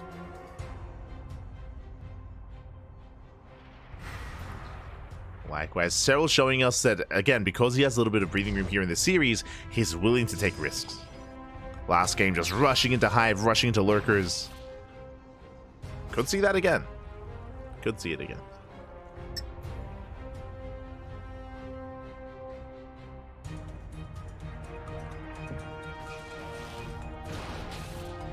Best of 9? Yes. Best of 9 finals. For those that are just now tuning in. No vetoes. No hold bars. Best of 9. Serral's on match point. Don't ask one more game. Serral, he will be our champion. Just needs that one more game here. He's so close. So close. And again, it's not been an easy tournament. Serral, he's already lost to herO previously in this event. He lost to Max as well. Had a shaky record against Protoss as of late. But clearly tonight he's been upset. He's been angry. Oh my god, that's 2 drones going to be going down. That's because here by herO. Gets 2 drones. And that is an earlier Twilight Council. Hello. Okay, early Twilight Council out of herO. Now, this could be one of two things. Either Glaive Adepts, it could just be a rush into Glaive Adepts, into additional gateways, into just a mass Glaive Adept timing, or this could be Fast Blink. Fast Blink into something like an AK setup here. AK3 base all in. What does herO go for? Show us what you got.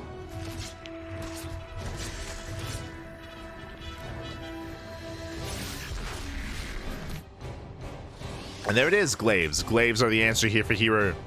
Now, this is not an all-in. Bear this in mind. This is not an all-in. This is 4 Gate Glaive Adepts. This is designed to get economic damage. It's designed to catch the Zerg player off guard, give the Protoss a lead economically, and head in towards a longer game state. This is not meant to end the game, but this is meant to give herO an advantage. An economic advantage.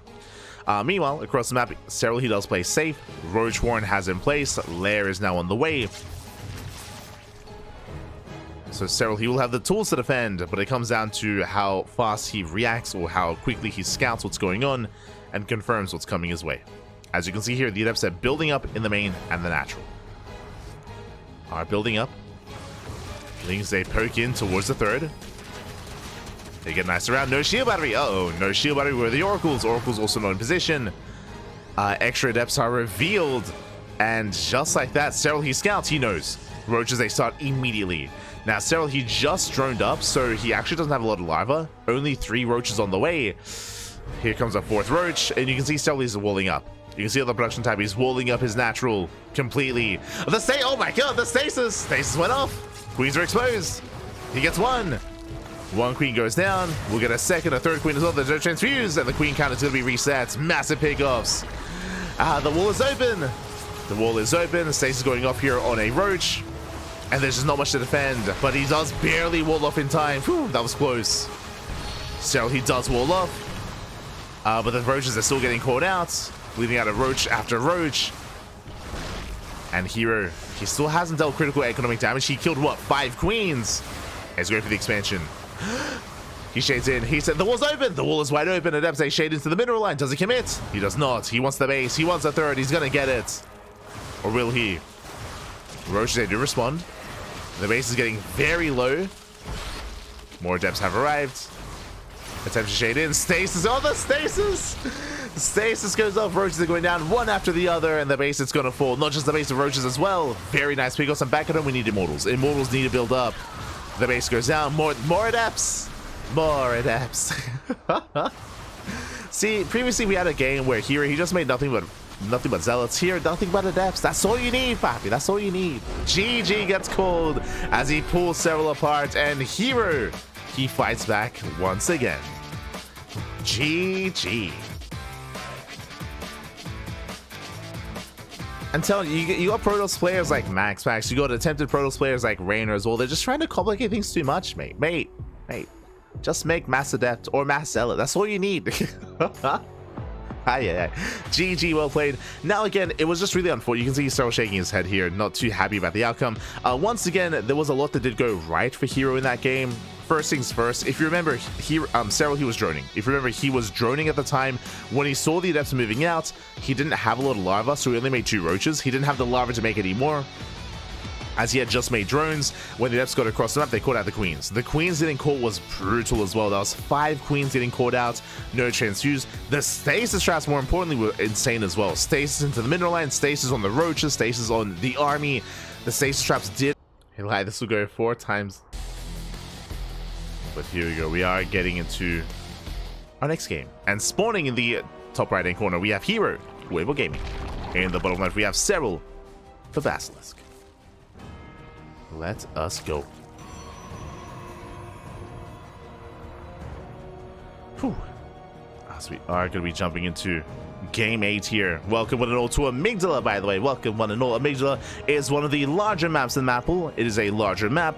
Likewise, it is also a more defendable map as well. In a way, it can be quite difficult to be hyper aggressive on this map and try to be assertive and hit the 3rd, the 4th, the 5th base. It can be quite awkward rotating between the bases.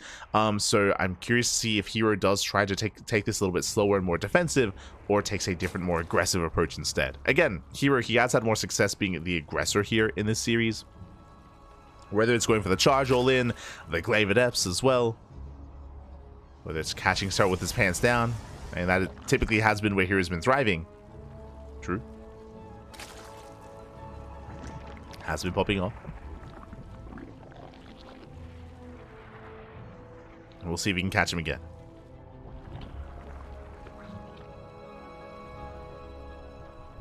Get some rest. Jesus, but no. Sinistro, shout out to Sinistro, by the way. Shout out to Sinistro. Obrigado. Fala, galera. Mate, if I don't cast, who will, papi? I have to cast. I have to. Yesterday we had a 12-hour cast with the House of Galactic Battle. Today we still have OC King of the Hill. Tomorrow I'm casting. Enki had like an invitational, and he gave me the replays. So I have another cast in like 7 hours. 7? No, 8. In 8 hours time from now, I have another cast. I gotta be there, papi. I gotta be there. Who will? Hala, papi.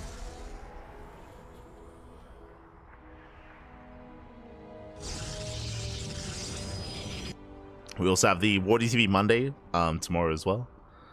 Into the Pegasaur Monday, into OSC casting for the OSC Season 12 Championship. What else do we have this week? Little League Cup, yeah, true. I forgot about it. We have Little League Cup, Alima League, Tenacious Turtle Tussle, the Pondcast, Fire Grow Cup. Let's go. Let's go. January. For now, there's Stargate opener out of herO. Serral preemptively knocking down these rocks. Interesting. We'll see if he takes the goal base as a 4th. Can be quite difficult to defend that location, but we'll see if Serral does gain map control. As the rocks are being knocked down. Oh, at least initially.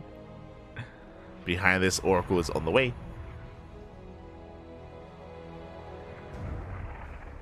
And again, here he's been having a lot more success being the aggressor so far and trying to catch out Serral. But it is more difficult to be the aggressor here on Amygdala. It is more difficult. So herO, what do you have for us? What do you got? Oh, hello. If you recall, this is what I thought that herO was going to do previously on Whispers of Gold, right? Wait, was it Whispers? Never mind. I was going to say when he was, when I thought he was going to be banking up his oracles, but the oracle just moves out. Just moves out across the map. Third base is being thrown down, and we're settling in. Easy. No, I'm not tired. I'm not tired. It's just my throat is a little bit sore. A little bit. We'll be okay. We'll be okay. We'll be fine. Oh, and for the first time this series, Stargate opener into third base into a robo. This screams Archon drop. This screams, let's show us what you got. Robo into Twilight Council, into a Templar Archives, into Forge, into Charge, into High Templar, into Archons. Let's go. This is something that's been very trendy. If you've been watching the Polish scene, you would know that Mana and Christiana, and even Creator as well, they come to mind, have been embracing this build. It's interesting to see herO embrace it at least once in this series as well. Once the Twilight Council is done, we are expecting a Templar Archives, we are expecting High Templar and Archons. Also, I'm assuming that the robo is going to finish up and we're going to be seeing a War Prism first. I'm assuming we're going to be seeing a War Prism. Ooh, never mind. Observer. This is not an Archon drop. This is, we're rushing into Colossus? Okay. I see you. This is different here. This is a little bit old school. If you recall, this is a build that Showtime used to go for this back in the Altitude era of StarCraft. This was what, like 2022-ish? Like 2022, 2023. Interesting, going for an earlier robo. With this early Immortal production into early Colossus production as well. We rarely see this nowadays, especially in the latest patch. Because of the change to the NG overcharge, we see a lot of Storm. We see a lot of Storm, a lot of Archons, thanks to the benefit of the NG overcharge as well. It's a lot more rarer here to see Immortal into Colossus in ZvP. Just because, as you can imagine, the NG overcharge doesn't really benefit this army. So you have my attention. That's a second robo on the way for double Colossus production. Extended Lance is in production as well. And again, Showtime used to do this build non-stop in this matchup, where he would just build up, and I believe Showtime would push with +2. He'd push with +2 and 4 Colossus. He'd have 4 Colossi. It'd be crazy. And if the Zori player was already up to Lurker Tech by then Showtime would just back up and just go into Skytals. Would just throw down Fleet Bean and just macro up and just turtle up and just go into Skytals from there. So that is going to be an option available here to herO as well, as he's building up his Colossi. Second robo is done.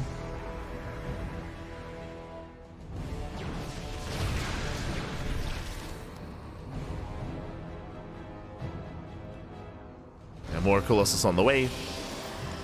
But yeah, I'm curious to see how this plays out, just because, again, this is very much so, this is very out of meta. Very out of meta here. Very old school. When I say old school, I mean from a couple of years ago. Not too long. And interesting. So typically this hits with like 3-4 Colossus and +2, but that is going to be +1 armor, not +2 attack. Okay. So here he is mixing it up here. Going into Chargers. Meanwhile, Serral, he is amassing up a lot of roaches and lings. Catching at the army. Serral is going to be cutting workers earlier on. 74. Just under 4 base saturation. Serral, he's maxing out. At least looking to. Spire is done. 7 meters on the way. Ooh, this is scary. Because of the build that hero's going for, there's no blink. There's no blink. There's no Archons. There's no storm. The anti-air here for hero is very limited. And I am very concerned here as to what the mutas are going to pull off.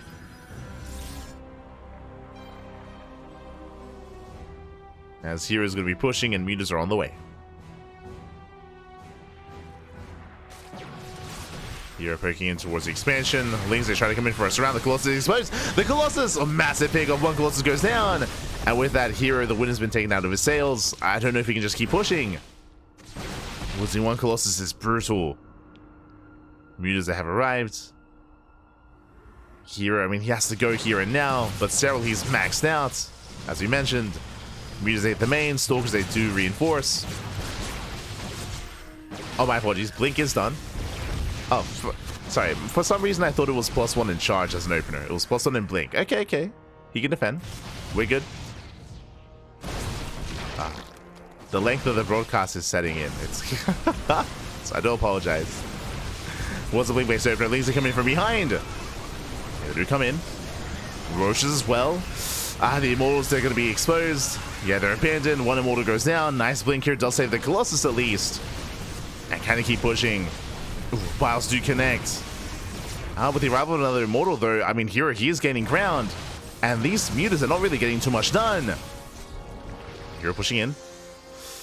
Doesn't quite commit. Back at home, mutas, they get 5 probe kills. Again, not too much economic damage. Here he's still maintaining his economy. Still on 3 bases.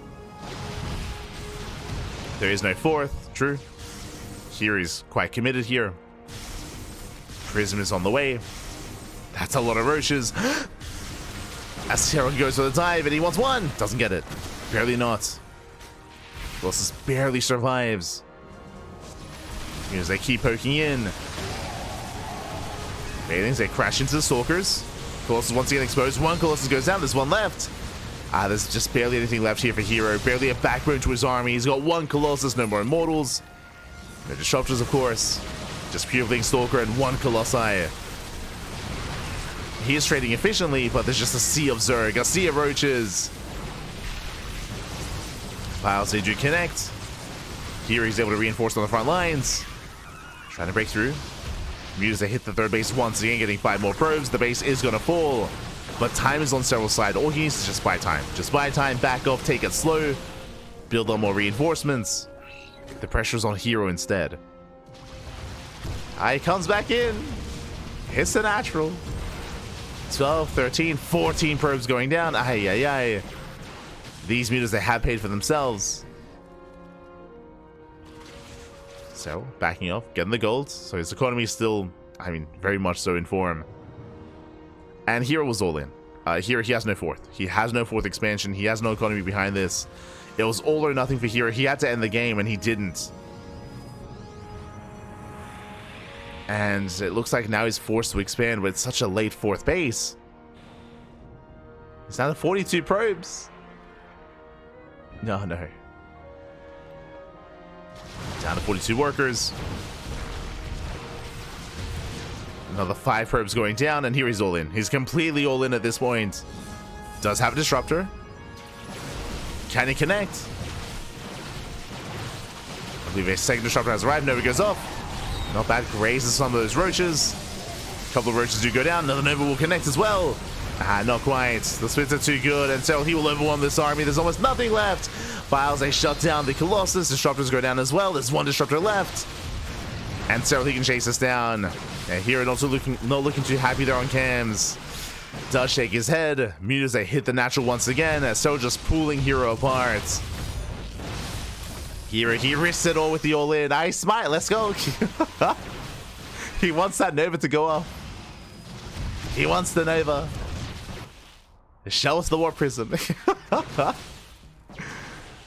As he does chase back Serral. Oh, Nova goes off. And it will connect. Disruptor goes down, and that's going to be a GG gets called. And Serral, he will take the series. And Serral is our Masters Coliseum 8. champion. GG. Ah. I'm loving the graphic here. It's great. And Serral, he's out of there. GG, well played, Serral. He will take it. We'll win the best of 9, by the way. Whew, went the distance. We did have a back and forth. Serral, he took down MaxX 4-1 and took down herO 5-3. Was more of a back and forth here, but Serral does take it. GG, congratulations here. I do appreciate that it was a series, by the way. herO, he did struggle in some of these longer games, but was able to catch Serral off guard multiple times in this finals. In the end, though, Serral proved to be a little bit too much. He proved to be too much. GG. Also, Serral gets his revenge. We spoke about it earlier. herO and MaxPax, they did threaten Serral here. You can see back in day 4, MaxPax took down Serral 3-2. herO also defeated Rainer, and herO defeated Serral, in the group stage. So Serral, he was shown to bleed in this tournament. He actually had to fight his way down from the lower bracket. As you can see, he had to take down Estrella, take down Rainer, take down MaxPax, and then finally herO at the end. So it was not an easy road here from Serral, but Serral does redeem himself. GG, well played, congratulations. Serral is our champion here, and a shout out to herO for making it to those finals. And I don't want to take away from herO either, because sure, Serral looking very confident in those finals against herO, but when it comes to herO's performance here previously, I'm shocked he took down MaxPax, not gonna lie. MaxPax, he has the best, he's known for having the best PvP in the world. Despite that, herO, he knocked MaxPax down in a very dominant series in the upper bracket finals. herO, he took down MaxPax, he took down Rainer as well, took down a plethora of players in the upper half of the bracket as well, so had a very good performance, but did fall to Serral in the end. I mean, again, Serral, he is the best Zerg player in the world, so if you're going to fall to anyone, no shame in going down to Serral. No shame whatsoever. GG. And with that, congratulations. That is going to be us wrapping up our broadcast and our coverage of Master Coliseum. It has been a very, very long day of StarCraft, and a long month as well. A lot of matches, a lot of StarCraft did occur throughout the course of January and even December as well. And we are not done, by the way. We are not done when it comes to these big premiere events. There is still Little League Cup. If you have not been watching, there is another major online event happening. Little League Cup does continue this week. It continues in 2 days on the 21st. The 21st is day 1 of the playoffs of Little League Cup. So if you're curious, if you want more of these top players facing off against each other, we're going to be featuring Dark, MaxPax, Rainer, Serral as well, herO, Clem, and many others in the Little League Cup. So, you know, these players, they still have more matches ahead of them here. But regardless, congratulations to Serral. Again, is going to be our Master Coliseum champion. But we may have another rematch of these two in Little League Cup as well. We might see another rematch, as there's still another big premier event on the horizon. Also, I mean, shout out to SCBoy. SCBoy, they are the organizers of WTL, of World Team League, and of Master Coliseum, and of Stars War 11, and many other events. SCBoy, we had some sad news last month in December. They did announce that WTL was going on an indefinite hiatus. World Team League is on a hiatus, and I mean, again, that's a big loss here for the online tournament circuit, but SCBoy said that they did still want to run tournaments. Big events like this, big individual events, less so team events. So World Team League is on hiatus, but that means that we're going to be seeing more consistent Master Coliseum and maybe another Stars War 11 and other big events as well. So this is what SCBoy are going to be focusing on, and honestly, it was a really fun event. Really fun. I appreciate that they had interviews in the playoffs for the lower brackets. I wish we had some pre-game interviews for the finals and some pre-game interviews for the for the lower bracket finals as well, and the upper bracket finals. That would have been nice. It would have been nice to have heard their thoughts coming into these matches, their thoughts about their previous rounds and performances as well. I don't know if there's going to be a winner's interview. I don't think so at this point. Let me just double check. May have just lost our players. But regardless, it was a fun tournament. I do just wish there was a little bit more content just outside of just the games themselves. We had some interviews, that is true. Would have been nice if we had some more though. Just some you know, extra flair for our players. And yeah, it looks like we are going to be wrapping up here. We are going to be wrapping up. So GG, well played. We'll see you guys in a couple of minutes, actually. I mentioned before that our broadcast has not yet come to an end.